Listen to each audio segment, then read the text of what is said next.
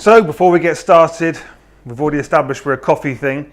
Now that means nothing to you. You probably have missed the other video.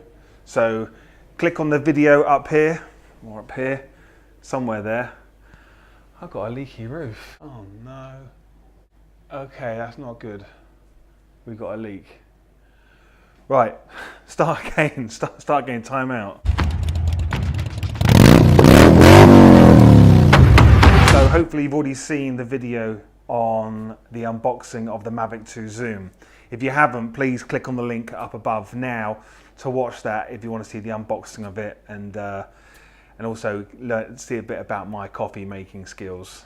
Anyway, so I thought no better way to start today's video making a darn nice coffee. Don't worry, I'm going to edit it. This is going to probably last about 20 seconds.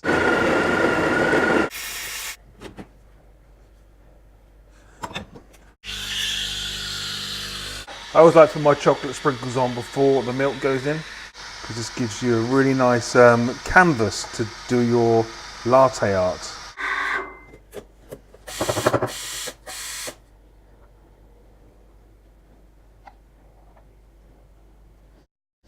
And there you have it. Get it up to the camera. Can you see that? Oh, I don't want to spill it everywhere. That's not bad for me, actually. Actually, let's get a better angle on that. It's not bad, is it? Oh, you know what? That is a good-looking coffee. Not just bike thing skills, hey? Not just bike skills, coffee skills. Let's just sample that out now. Oh, that's incredible. Any Starbucks out there, this is so much better. Oh, I'm just going to sit here and drink this. So, if you haven't seen the video already of me unboxing the Mavic 2 Zoom, then please click on the link up here and go and watch that now. This video is basically a follow-on from that, showing you some of the test footage I've done. My very first test flight crashed, so you're going to see the drone actually crash where I put the faith in the technology. But unfortunately, I didn't switch that certain technology on before I put it into track mode. So it tracked me, but as soon as it got to a tree, it buried itself right into it. So you'll see that on a video clip that I've edited separately, but I've put it into this video. Then after that, you're going to see another video of tracking me on the motorbike successfully from a profile side. So it's like a side shot, and also some footage of me when I went down to the local canal and saw a guy canoeing his kayak, and also some pretty good footage of me tracking my BMW car as well. BMW everything me. I'm terrible, aren't I? I don't work for them, I promise. And also some panoramic shots of the countryside, because there's a lot of settings on this Mavic 2. It's a fantastic camera stroke drone. It really is good. I cannot wait to go to Romania because I'm going to be able to get some cracking footage. Not necessarily footage of the riding, but we will get that.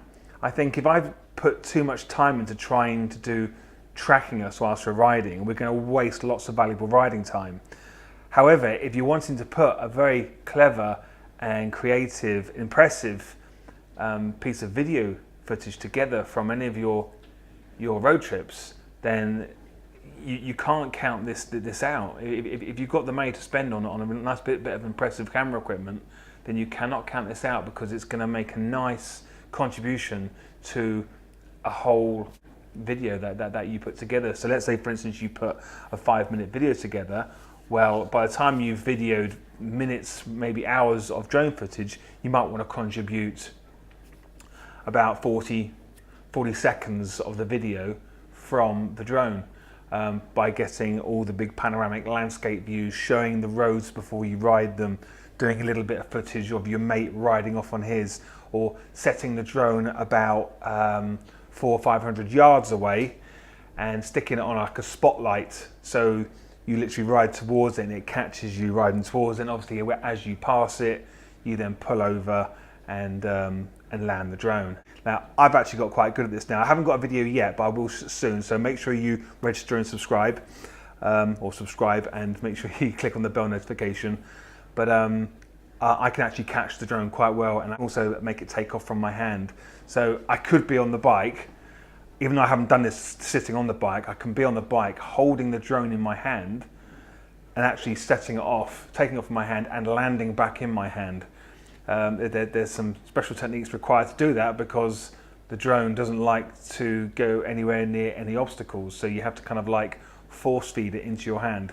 But it's doable, and it's quite safe to do so as well, especially if you're sitting on the bike. You don't want to keep on getting off, turning your bike off, putting the kickstand down, jumping off, getting your drone, making sure you're landing it safely at the side of the road. It's probably better if you just pull over, put your hand out, land it in your hand. It's pretty cool like that.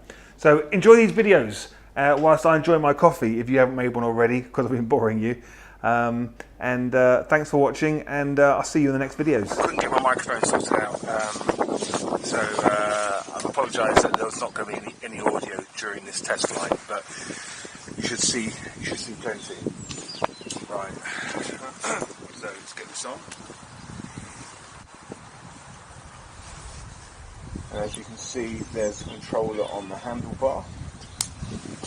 There, no audio.